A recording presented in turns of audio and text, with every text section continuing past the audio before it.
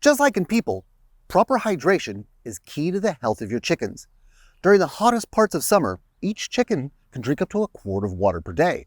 If you have a lot of chickens, this is going to create a big demand on your time. Today, I'm going to show you how to create an automatic watering system for your chickens using just a few inexpensive parts. All you need for this system to work is a hose bib, a hammer and drill, the supplies we'll show you today, and a bit of time to set it all up so you never have to hand refill your chicken's water again. Let's go over some of the parts and supplies we're going to use to make our automatic chicken drinker trough. We've got our PVC pipe. Now the PVC pipe is where the actual drinker nipples are going to go. We've got a couple fittings so that we can connect our PVC pipe to the place it needs to get connected to get water into the pipe. We've got our 1 1/8 inch hole saw and a drill bit that we're going to use to put a hole in our bucket and to drill holes into our PVC pipe for our nipples. We got a ball valve so that anytime we can turn off water to the trough, and that would come in handy if we need to maintenance it or access it for any reason and don't want water falling out. Here's the actual chicken drinker nipples themselves. These are the parts that deliver water to the chickens when they peck at the nipple. Here we've got our 3/4 inch hose by 1/4 inch tubing barb adapters. Now this is the part we're going to connect to the hose bib so that we can run water from our hose bib into our bucket. The bucket is going to hold water and deliver it into our PVC pipe where the chicken drinker nipples are. Here we've got our 3/4 inch hose bulkhead fitting. This is going to go into the hole that we drill into the bucket so that we have a hose attachment outlet on our bucket. We have a few tubing clamps with nail here to secure our tubing to our chicken coop and a 1/4 inch elbow fitting to run our tubing to our bucket. And here we've got our 1/4 inch tubing. Our 1/4 inch tubing is going to carry water from our hose bib into our bucket. Now how it's going to do that is through our 1 gallon per hour dripper that we're going to place at the top of the bucket. Speaking of the bucket, this is our 5-gallon bucket. Now, you're not necessarily limited to a 5-gallon bucket. Almost any container will work so long as it has a large enough diameter for the hole saw and the bulkhead fitting. We want to automate our system, so we're going to include one optional thing, a hose bib timer that we can put on our hose bib connected to our 3/4 inch hose by 1/4 inch barbed fitting adapter. All we have to do is program the timer to the time we would like, compare it to the flow rate of the dripper, the volume of the bucket, and that way we can completely automate it. But it is optional. You can just go out and turn on the water, wait till your bucket's full if you like. Works just as good. All right, let's get out to the coop and get this drinker system installed. One quick tip I like to do before I get started installing the system is to cut the bands on the tubing and lay it in direct sunlight for a while. The heat will cause the tubing to relax, which makes it much easier to work with, particularly when you're unrolling it in straight lines. The softened tubing also makes it much easier to insert the barbed fittings into the end of the tubing if you have to use any fittings. While our tubing's warming up in the sun, we're going to start building our system over here. To do that, all you have to do is thread your timer onto your hose bib, and it's as easy as it sounds. Simply thread the swivel onto the hose bib. Next, we're going to thread our adapter onto the outlet of our timer.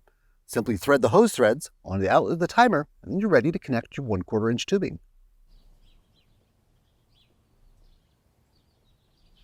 Now that our tubing is warmed up in the sun, we're going to connect our 1/4 inch tubing to the barb on our adapter. A quick tip here, if you're having problem pushing tubing on over the barb, is to dip the end of the tubing into very hot water. Careful not to burn yourself. This will soften the tubing up, make it flexible, and thus much easier to push on over the barb. Now what I'm going to do is I'm going to run my tubing down along this board. At first I'm just going to walk it down there so I get the length that I need. At the end, I'm going to use a pair of scissors to cut it. Then I'll install an elbow fitting near the timer to get the tubing closer to the board and make it look a little cleaner. Another tip for inserting barb fittings is to rock the tubing back and forth as you push it over the barb. With our tubing run and cut, we're going to clamp the tubing in place with these little C-clamps. We want to get the tubing over to where we're going to install our bucket and dripper. Now we want to run the tubing up here because we're going to need a little bit of gravity so the water can get down to our drinker assembly. With our tubing ran and clamped in place, now we're going to drill some holes so we can make an automatic PVC watering trough for our chickens. To do so, we're just going to mark 5 locations on our 1 inch PVC pipe, and we're going to place 5 drinking nipples in those 5 holes. All you do is drill a hole, insert the grommet, and then insert the drinking nipple. Then we're going to connect it to a water source with a shutoff and everything so they can have a luxury experience at the watering trough. You want to space them out enough that your chickens aren't too crowded, but you want to include enough nipples that multiple chickens have a chance to drink. They really like having access to food and water whenever they want it. Now that we've got our spacing marked out, we're going to drill out our holes with a 3/8 inch drill bit.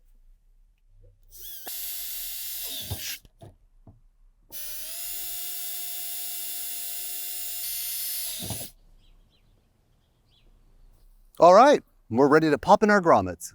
First, separate the grommet from the nipple drinker, and then push the grommets into the holes that you just drilled. The grommets are designed to not only secure the nipple drinker in place, but to help it work leak-free. And there we are. We've got 3 of our 5 nipples installed, so you can kind of get an idea what it's going to look like when it's all done. In the final installation, you want to make sure that they're angled at least 45 degrees. This allows the steel ball inside to work so that they don't leak when they're not being used, but allow water to come out when they are being used. To make the storage tank for our automatic chicken watering setup, we're going to use a 5-gallon bucket. Now, it doesn't have to be a 5-gallon bucket.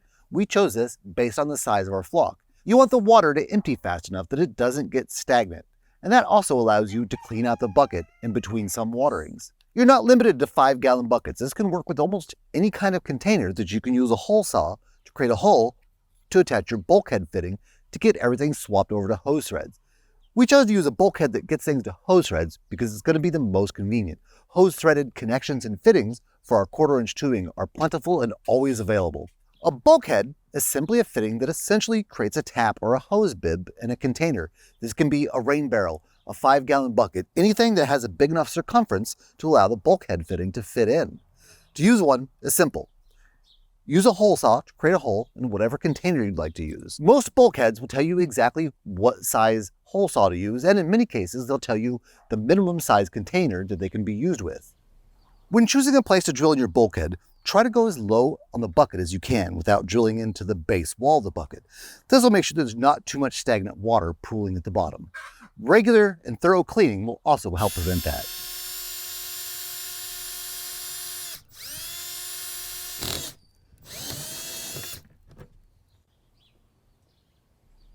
After you've got the hole drilled, from the inside of the bucket, push your hose threads so that they're on the outside.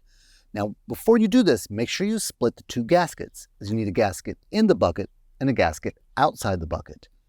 Once you've got the threads pushed through, go ahead and put the gasket on and then the nut. Tighten until both sides of the bulkhead are secure against the gaskets. To fill our container bucket, we're going to use this 1 gallon per hour dripper attached to this bucket lid. To attach the dripper to the lid, we're going to drill a hole about 1/4 inch big into the top of the bucket lid. We'll then insert our dripper through the bottom and connect our 1/4 inch tubing right here. This will secure the button dripper in place so that it doesn't fall out of the bucket. Now, the lid also provides protection for the water source. It keeps dirt, grime, potential animal waste from getting inside your watering container. Now, the reason we went with a 1 gallon per hour dripper is because this way we can really plan our container filling schedules. If we have a 5-gallon bucket and a 1 gallon per hour dripper, we know it will take 5 hours to fill it full. Now, we're just using the dripper because we really want to dial it in and automate it because we can't always attend the chickens here. But you can just use an open run of 1/4 inch tubing secured to the hole to fill your bucket manually. Another one of the reasons we're using this dripper in particular is because it's cleanable. So if we're collecting any rainwater or our water source comes from well water, which can have a lot of mineral content, a normal dripper will eventually get clogged, but not so with this one.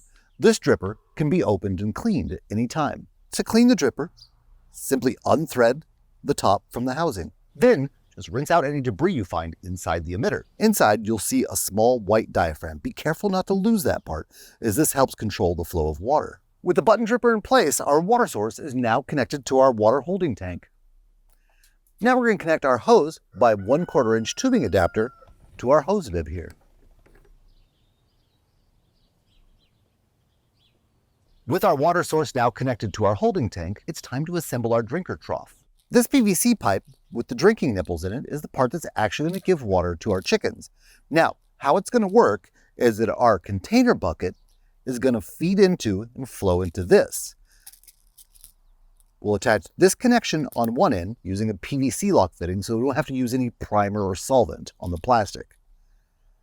The other end, we'll use the PVC lock cap to cap it off. Again, so we don't have to use any primer or solvent and dissolved plastic that our chickens are going to be drinking out of. This end features a ball valve. Now, this is going to be handy because you can turn it on and off when you need to access the pipe for cleaning or regular maintenance.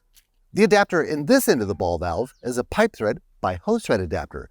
This allows us to connect our 1/4 inch hose by tubing adapter so that our 1/4 inch tubing can connect here and water will flow into the pipe. Another reason we went with PVC lock instead of traditional solvent and glue is because it is easy to remove. Now this is going to come in very handy if you need to replace parts, if you need to maintenance it, if you just want to open it up and give it a good clean. To remove a PVC lock fitting, all you need is the PVC lock removal tool. To use the tool, open it up, slide on over the pipe, close it, and then pull up. This will remove the grip that the teeth in the fitting have. Now, let me show you how to assemble the chicken drinker trough from start to finish. To build our assembly, I'm first going to pop this on. This is a 1-inch PVC lock by 1-inch male pipe thread fitting. And to use it is simple. Just push it on over the end of your PVC pipe and the teeth inside of the fitting will grip a hold of it. Perfect. Now we're going to thread on our 1-inch female pipe thread ball valve. The female pipe threads are compatible with the 1-inch male pipe threads.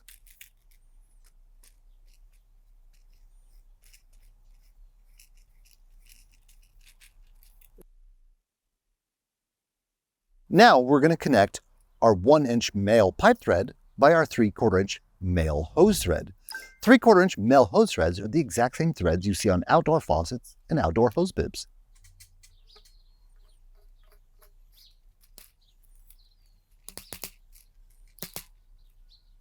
And then finally, we're going to cap the other end with our 1-inch PVC lock end cap. Again, this one requires no solvents, primers, or glues. Simply push the cap onto the end of the PVC pipe, and the teeth will create a strong grip. Okay, we've got our nipple drinker assembly all ready to go. Now we have to do is prepare our bucket, get it all connected, and we'll have an automatic chicken watering setup. We're going to use zip ties to mount our assembly, but you can use conduit straps, support hooks, or brackets to secure it to almost any surface. All right, with it mounted, all we need to do is get it connected to the water source. Connect our drinker assembly to our bucket. We're going to use the same adapter we used on the bucket, a simple hose by 1/4 inch tubing barb adapter. Now that we've got our adapter installed on the chicken drinker assembly, we're going to connect some 1/4 inch tubing to it and then run it over to the adapter on our bucket, which is our water source. And this way, the assembly is now connected to the water. We used heavy-duty zip ties to mount our bucket to our fence. The most important factor when you're picking a place to install your bucket is that it is elevated above the drinker nipples, because we're using the power of gravity to move water from our container bucket down to the drinker. Now we're going to program our timer so we can fully automate our chicken watering. The timer is actually optional. If you don't mind coming out and turn on the hose bib every day and running it for a preset amount of time to fill your container, that is perfectly acceptable. It's early spring and our chickens are drinking about a pint of water per day. We have 8 chickens and a 5-gallon container. This means we're going to start off at about an hour to an hour and a half cycle and see how that works. We'll monitor our chickens' watering container to make sure they always have fresh water available and adjust the cycle on the timer accordingly. To program our timer, we start by clicking on OK. This will bring us to the time. We have the current time correct, our current minutes, which is also correct. The start time, we would like it to start. We're going to run our first one pretty early in the morning. We're actually going to break our cycles up so that there's multiple per day. This way there's always fresh water being applied and fresh aeration. We're going to try starting at 25 minutes. And we're going to run 4 cycles per day. To do that, we're going to change how often to every 6 hours. You can see our next start begins in 16 hours. And if that's too long and we want to try it out right now, all we have to do is hit the manual button to begin the watering cycle. Now, there's a lot of timers available out there, but you don't necessarily have to use this one. If you'd like to learn all about different hose and timers, check out our video there to the top right. It's a full guide on the many different types of timers available, from simple mechanical timers to Wi-Fi timers. Perfect, our dripper is working exactly as it should. All right, our bucket is now filling up with water. As the bucket fills with water, it will travel from our tubing down into our drinkers until the drinker nipples are full. Then the chickens will be able to access water anytime that they want. If this video helped you out, or you found it interesting, give us a like. All the products we use today are linked in the description below. If you'd like to learn more about how to keep your chickens healthy, happy, and safe, check out this video right here.